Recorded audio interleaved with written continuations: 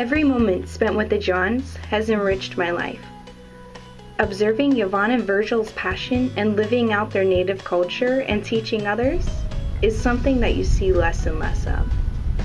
With just a few days' time, I went from a mere acquaintance to feeling like a member of their family. Everything from how to catch and prepare fish and how to make a birch basket was all an amazing opportunity. But what I cherish most is how authentic Yvonne and Virgil are in celebrating their culture. This family is one rich in their heritage.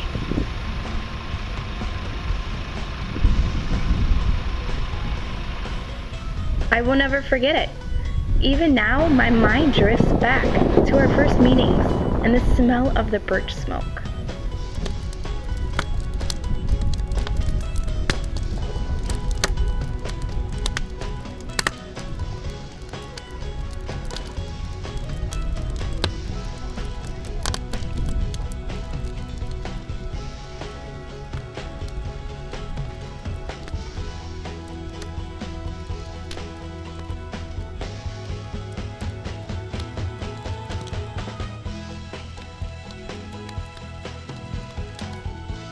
So you come in here and do your work? Yeah, And you can cook? yeah. I scrub it this morning Wow. and straighten up a little bit. Uh-huh. What do you like to cook in here? Moose meat, ducks, and fish. Whatever. Or out there, open fire. So I asked Yvonne, how did the old ones store their food? Then I got a lesson in basket making.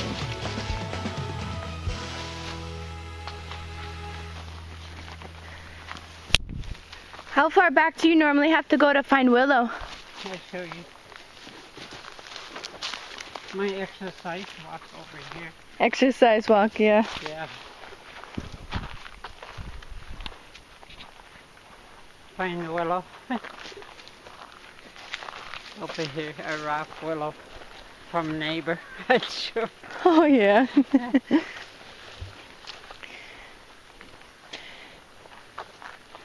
Right there, let's get it. Like that. You can tell easily that Yvonne's passion is keeping her culture alive and to show the next generation how to keep that heritage intact. And what do you use this for?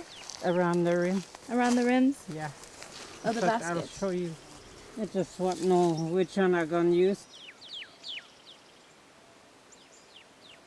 Okay, got it.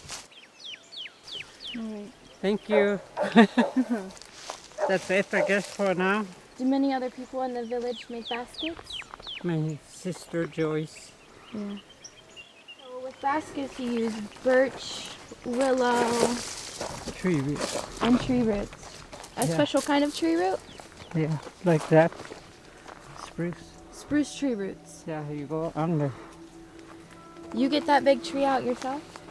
So when Yvonne told me about gathering the roots from the spruce trees, I couldn't imagine how she in her mid-80s would get on her hands and knees to get spruce roots just for the baskets. The hard work behind all this was more than I imagined.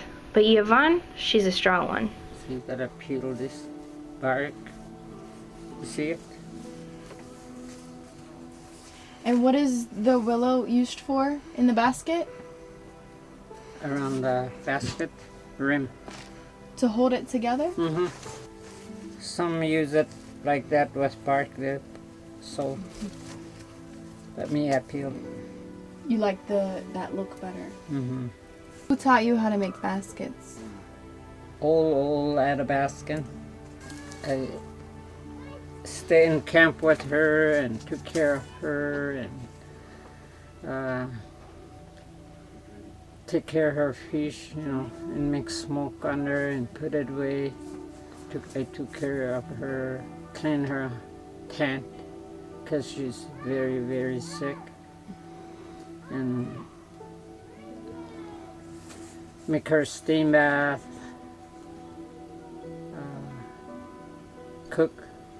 I did everything so I can learn this, how to do in our culture.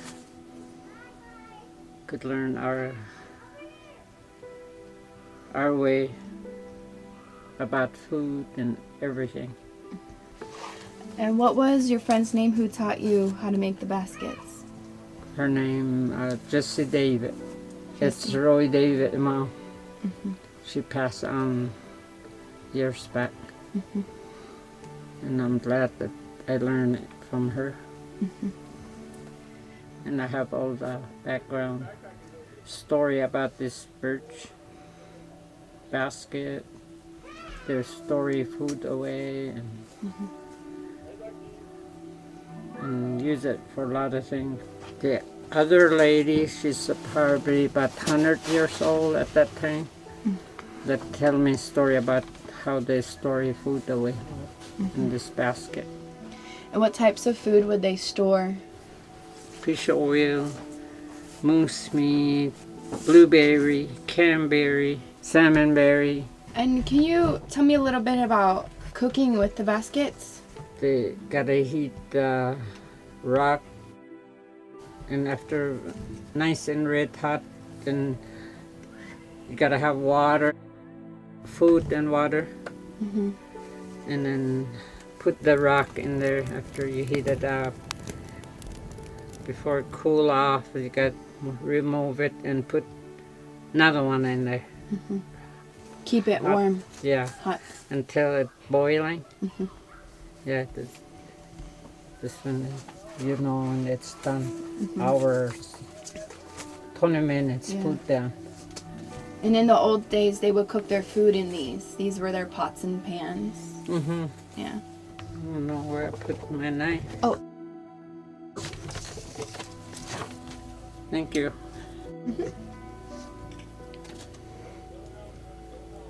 Athabascan say Sini. Thank Sini. you. Sini. Sydney.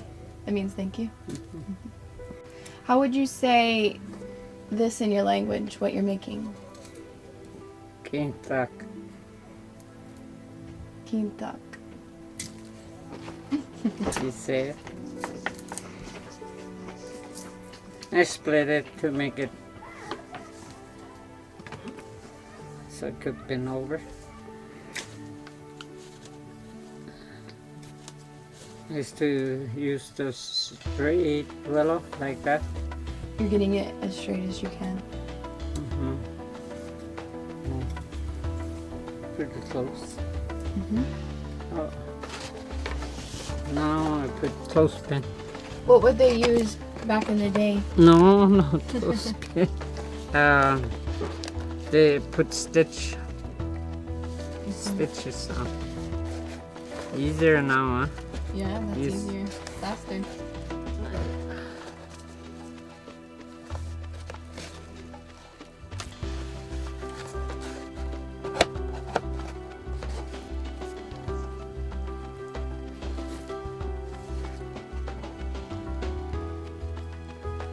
Cut it there.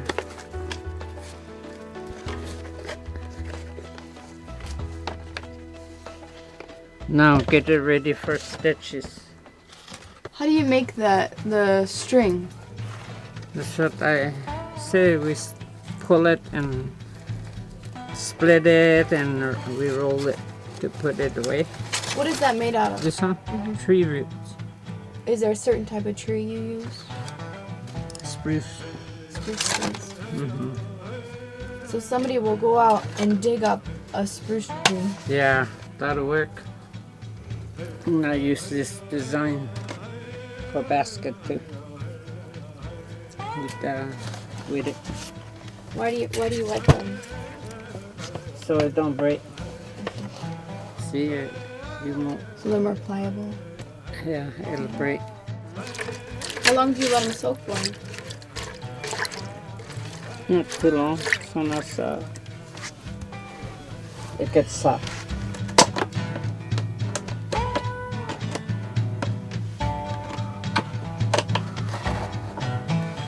pretty close. See, So when you were growing up, like, what did you want to do? How did you find what your specialty was? First, I thought I'd be an artist, like drawing. I tried that, and I lost interest in. Next, I thought I'll be making quilts, like blankets. I'm not interested. So finally, birch bark basket and tree root and beadwork.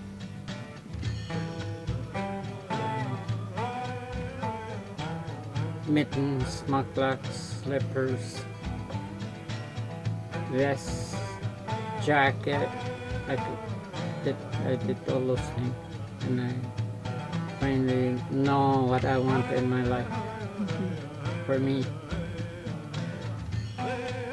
And you teach many other teenagers how to make the baskets. So you're passing on your culture to the next generation.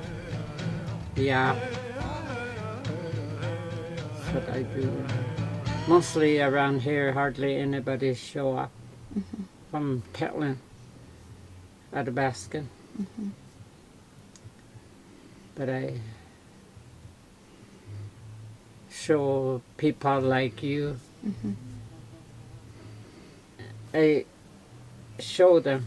Maybe someday they might come back and teach my grandkids and great-grandkids, you know, come back and show them what I teach. Yeah. That's why I'm doing this. I'm Yeah. interested in doing it. Interested in keeping your culture alive. Yeah. At least somebody will come back and teach the little ones. Yeah. Why is culture important to you? Because that's what we keep it on and on with our Athabascan. Even dry fish, we can't lose that. That's what very important to me. I want it go on yet, no matter what, you know. I even teach that. Drying fish. Yeah, dry fish. Can you show me how you prepare your fish? for Okay. cooking? Cutting. Why do you take off the scales? Cleaning it. We can't eat that. You have to clean it.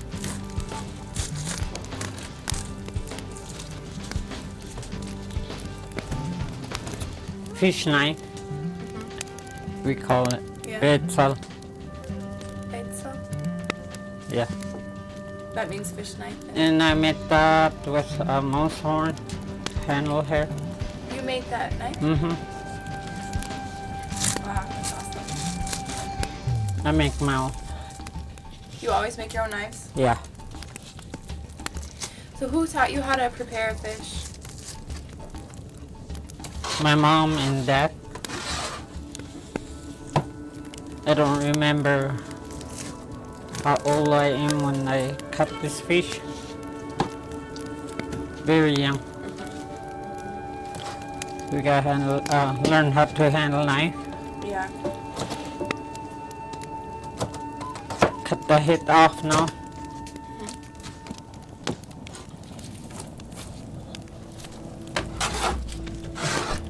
Clean that blood away.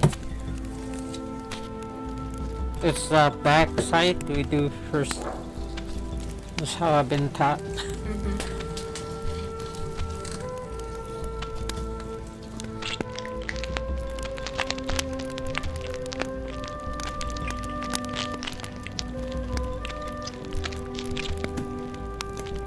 So why do you hold the knife at that certain angle? Why can't you just go straight in? Because you cut the bone here. If you go right straight in. Through here. So cut the meat so bug and stuff don't get to it. get it dry and nice to eat.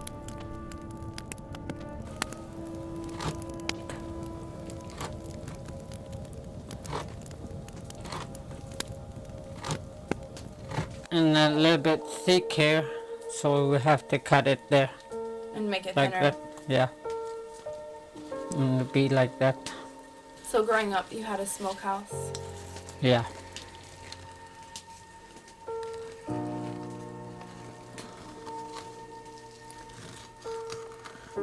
Let me show you how I sharpen my knife. Yeah. Like that. Look how fast I can cut it. Oh yeah.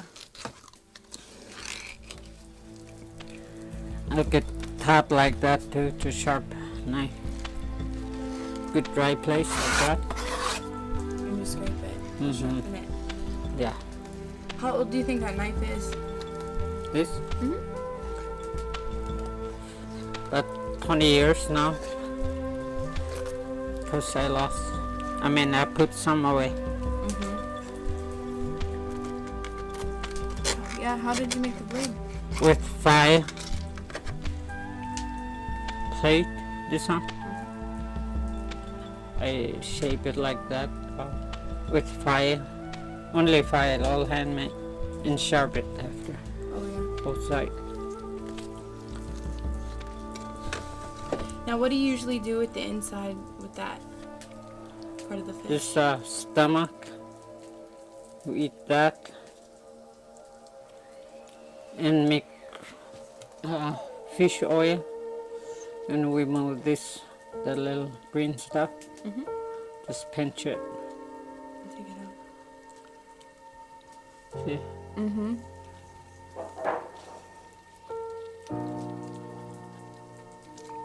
And how do you make fish oil from the stomach? Fry it. And what do you use with your fish oil? I use it for everything like vegetable and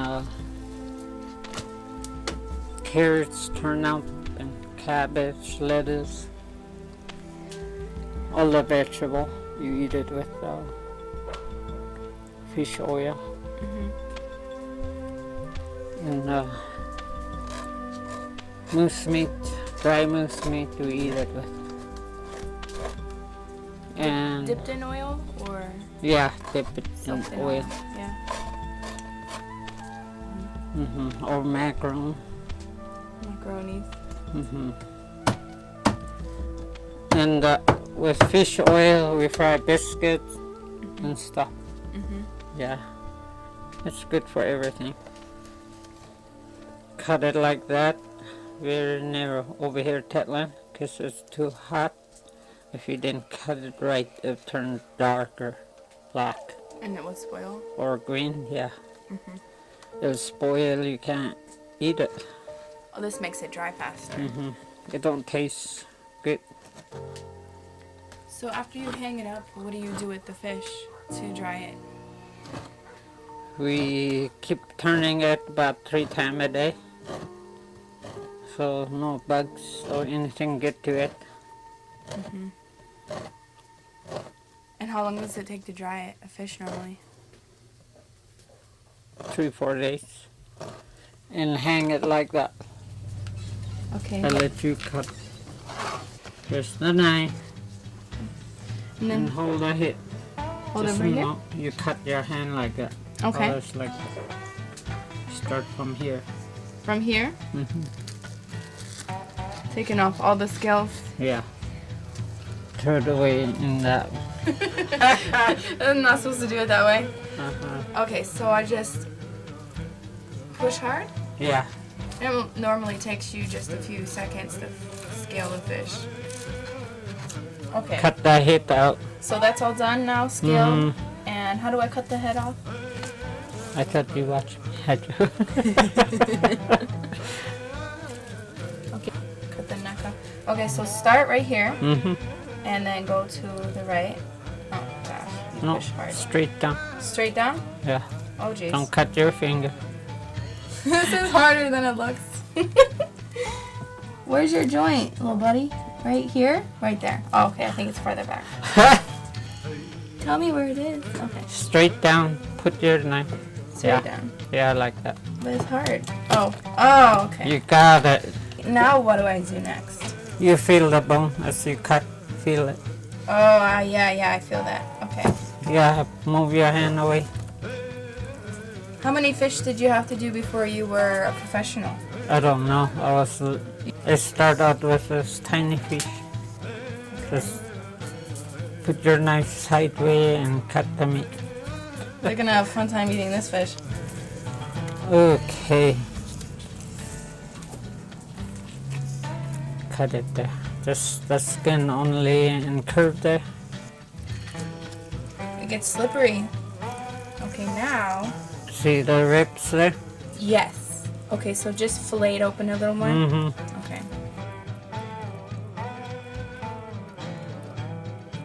So you gotta follow the rib on bone. Yeah. This is harder than it looks. More? Till you open the guts. Just cut it down. Through? No, like I did. Oh, like you did. I see. Okay. Yeah. It's alright. How come this took you like 2 minutes and it's taking me a half an hour? Like that? If you don't do right, it'll spoil right away. Oh no. It's good. Don't cut the skin. You could feel it when you cut it. Okay. Okay, cut it all the way down, like strip. One more time. Just follow the edge of bone there. Follow the edge of the ribs. Yeah. Okay. Okay, now look. Wish. Don't lick your finger. Oh, yeah. My hands are gonna smell wonderful tonight. All right. Let's hang our fish up. All right, time to hang them up so they can dry. And I'll show you how to hang up. Come here. See, like that, fat side up. Okay, the fat side up. Oops. Okay, right next to me. And then you just, Yeah, just Okay. put it over the pole. so you just Yeah, like that. Oh, look at my fish. Buy your fish. Thank Yeah. you, Yvonne. Yeah, fresh there. And half dry here. Half dry. Now, what's half dry mean? Half dry, couple days smoke, 3 days smoke. 3 days? Yeah. Okay. And either you could put it in freezer. Today we have freezer, so. And next we like 3-4 days smoke dry. We put it up like that. We put little stick through it and see we put that. Yeah, after take down from that and make it into like this and hang it ready to eat dry. And what's the screen for? And just put it up. What It's is? the willow. It's willow? Okay. So this is still drying some. Yeah. And it's this- ready to put it It's ready away. to put onto that? Okay. Yeah. All right. Put it in a nice box and put it away. Yeah. And eat it. Yeah, this winter. Can we have some of the half dry for dinner tonight? Yeah. Great. I know only 2 of my granddaughters that can cut like how I'm cutting it. So far I know. Yeah. And that's important because it sustains you through the winter. It feeds you. Yeah. You don't go hungry. It's really good to learn all those things put away. Especially over here, Telton, it's not easy to make a living, but you have to learn how to go out and get your own food. Our culture way. And I learned this all my life. That's how I live all my life. and raise up my kids like that. Our food. To be able to provide for themselves. Mm-hmm. I'm still doing it. After 3 years, I was sick and I'm hungry for those dry fish. I never get it. Yeah, yeah. I get it from younger people, but Dried fish. it's not taste same like my. Yeah.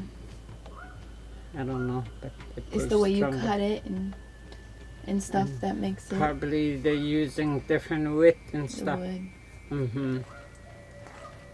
And I used to been around in woods with boat and check what animal eat the food. That's what I'm using to like that. One willow, couple trees that animals don't eat that I know. So I don't use that under my fish smoke. I or see. meat. You use the trees that animals like to eat Yeah, the bark of yeah. as your smoke for the fish, so it makes it taste good. Or moose meat, smoke the meat. And moose. I asked Yvonne where she got her whitefish. She said her son Virgil. So I went with Virgil over the next few days, and he showed me his tricks of the trade.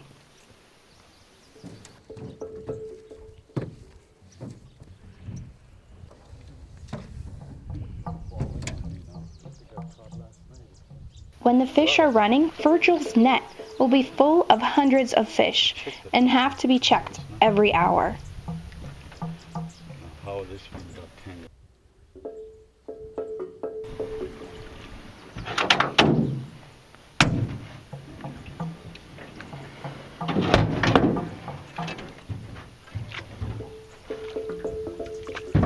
This one, huh? Oh, another one. Ooh.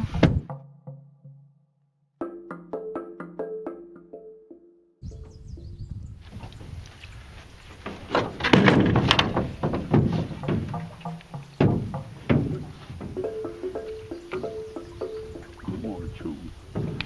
Who said two? My daughter? Yeah, your daughter did. She's right. After checking his net, Virgil took me to check the fish trap that he made.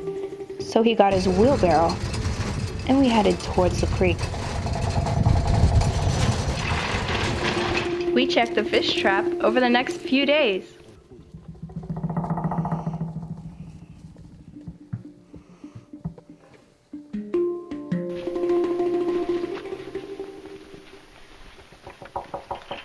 Virgil set up a bottleneck area for the fish to swim into his trap. Oh, there's waves in there, so there is fish swimming.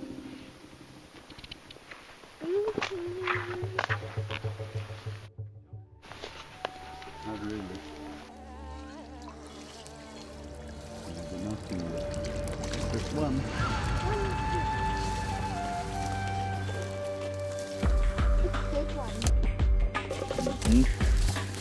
Huge one.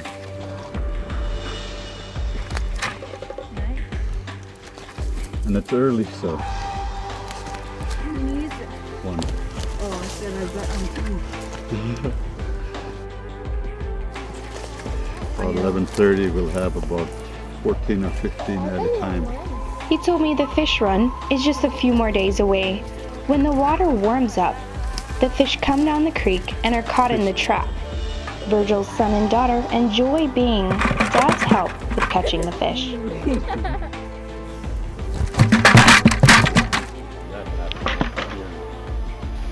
But it's a sunny day and the water cleared up, so there should be a lot of fish by tonight. And fishing. Stay up all night till 6 in the morning Yeah. to fish? Yep. Wow. During the fish run, Virgil will consistently check his traps throughout the night. On the way back from checking the fish trap, Virgil showed us his childhood home and his grandma's cache. This is the house I grew up in. little tiny shack. There was like my sister and my mother.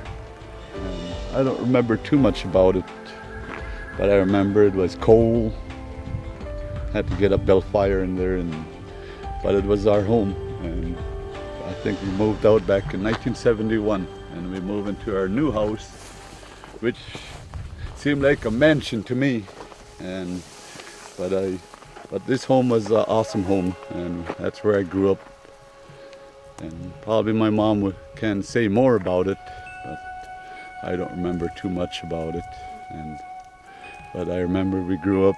We had another tent right over there when my mom moved back from Antasta, and she had a canvas tent, and we stayed in there all summer while they were building this home.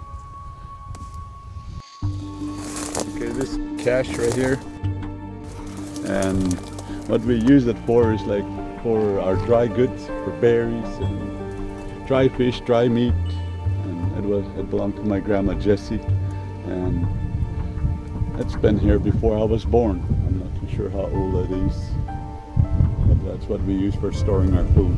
In the fishing camps, Moose Camp, and other camps that they have a lot of these out there where they store food in the winters or in the summer, and sometimes they pick them up in the winter where they store a lot of food. Like we have a muskrat camp or moose camp or fish camps, and usually they have a cache there where they store their food and they leave it out there.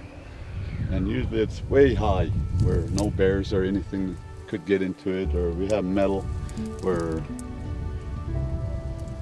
squirrel don't get into them, or mice or anything where they can't have nothing to crawl up there with them. But we store a lot of different things in there, like our potlatch stuff, and a lot of things that we collect. Then I headed up the mountain to pick blueberries with Virgil and his son Harding and his daughter Emily.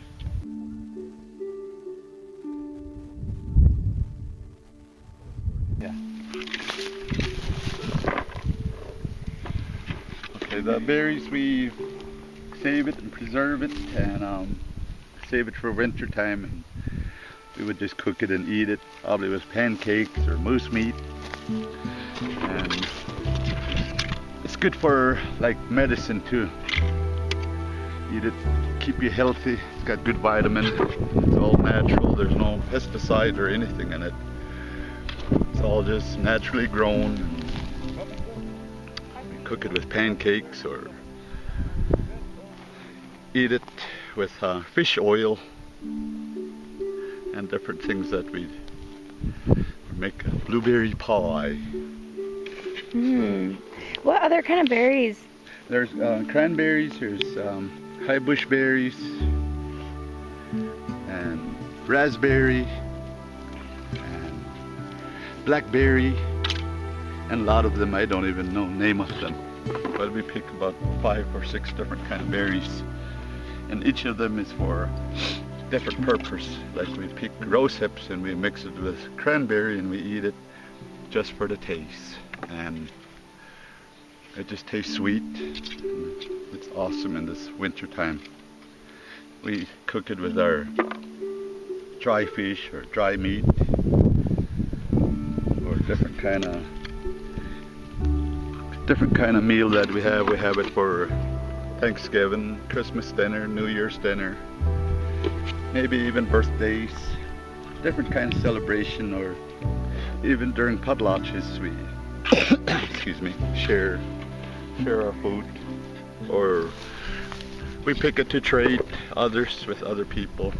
We trade different kind of food, like we go down towards the Copper Valley, we trade for salmon, and they trade with our whitefish or muskrat or different kind of food that we collect. We go different places and trade, and a lot of food is good for our health. A lot of people have cholesterol problem nowadays, but our food don't have no cholesterol and no chemicals. And what we got so far? After snacking on blueberries, everyone headed out with Virgil's cousin Darren on a boat ride to Tetlin Big Lake.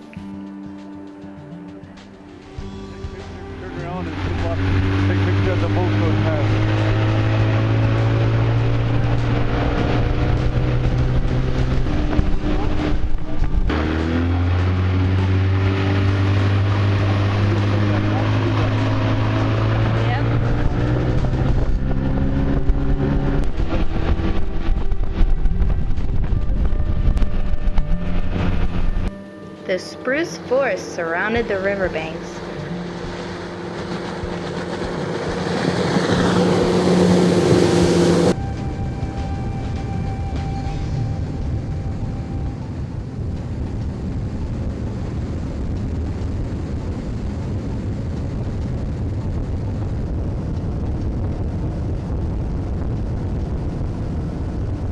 Darren knows the river's bends and turns so well.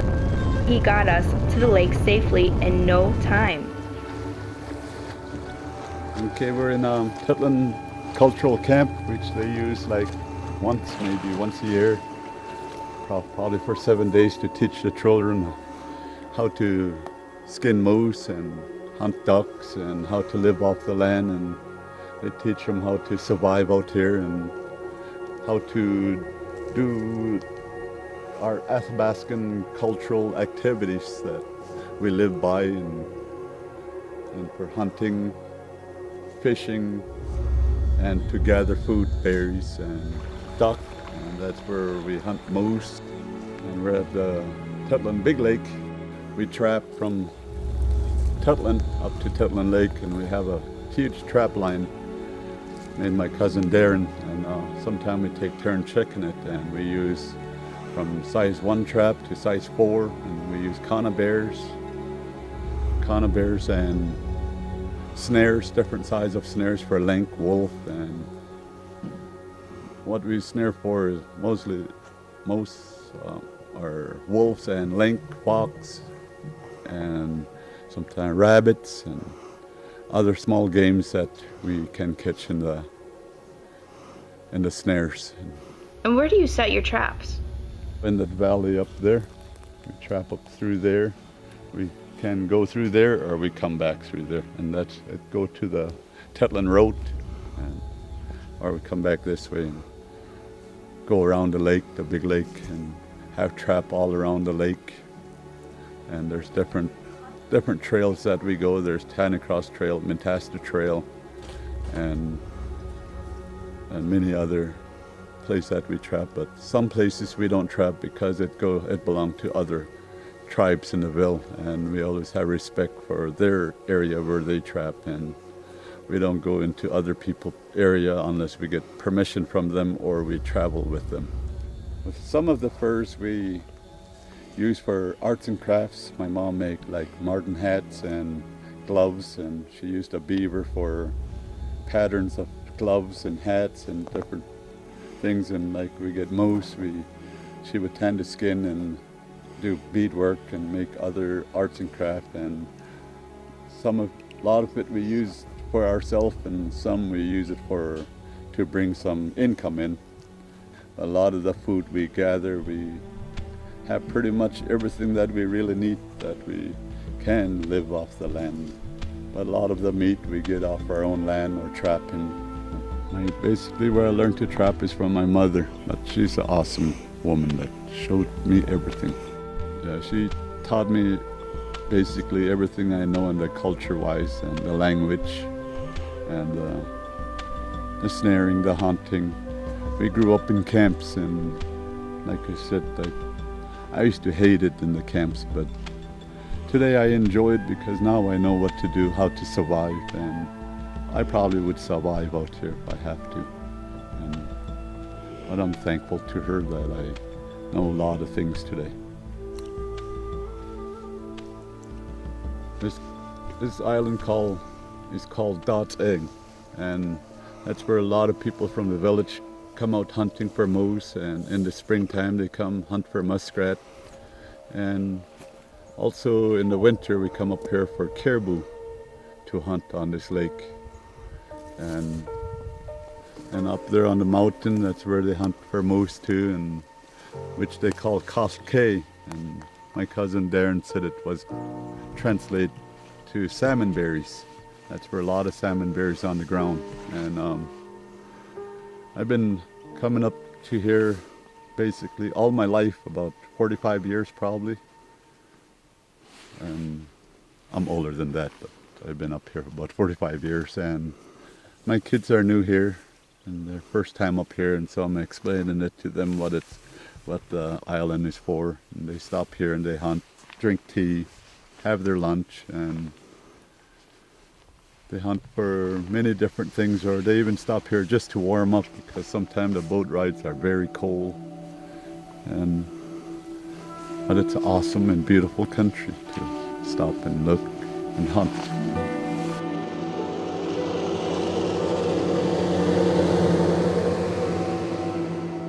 Come into the fall time, we start hunting for moose, and then when the snow comes, we go out for trapping, and we trap for like rabbit,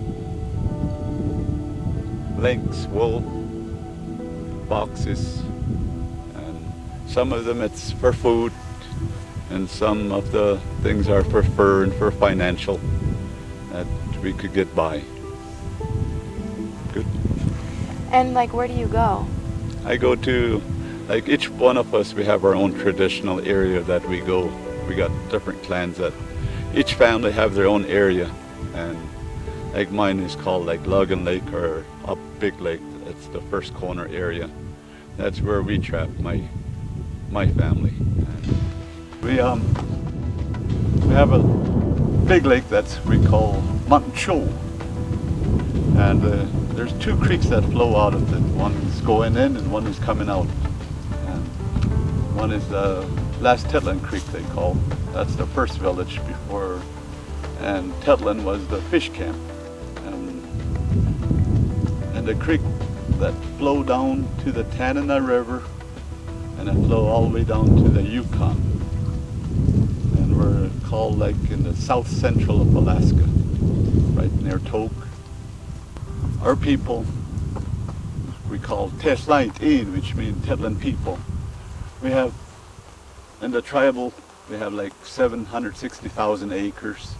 It's all through there, all the way round, and it, as far as your eye could see through here. It's a huge land, and it provides just about everything we need. Provide all their moose, caribou, bear, muskrat, rabbit, and berries, all kind of berries that we need. Our land been here for like probably when time started, most likely. And it's important for us that our new generation get to know our land, to walk it, to study it. Our Athabascan culture is important for all of us and for our generation and our young people. Like my mother, she make birch baskets, and she need the birch, and she need the willow, and the tree roots, the pine tree roots that she collect. And the rivers that we have a lot of whitefish that we collect. We smoke them, or we put them away the way they are, and we make fish oil out of them, which is awesome. It's what I mentioned, we put in blueberries, but they provide medicine, they provide herbs, different kind of mushroom that we eat, and there's a lot of things are forbidden for us to eat too, like bear and certain kind of mushroom, which they call morel. But the land provides all the things we actually need. You see the land, that's the most beautiful land. And it's Tetlin land, they say, or they call it Tetlin in English, which means up the creek. If you only could come up here and enjoy the scenery, and when the Lord created this part of the country, I believe He took His time. The Johns family real-world perspective has given me the ability to understand the Athabascan Indian culture and appreciate their way of life.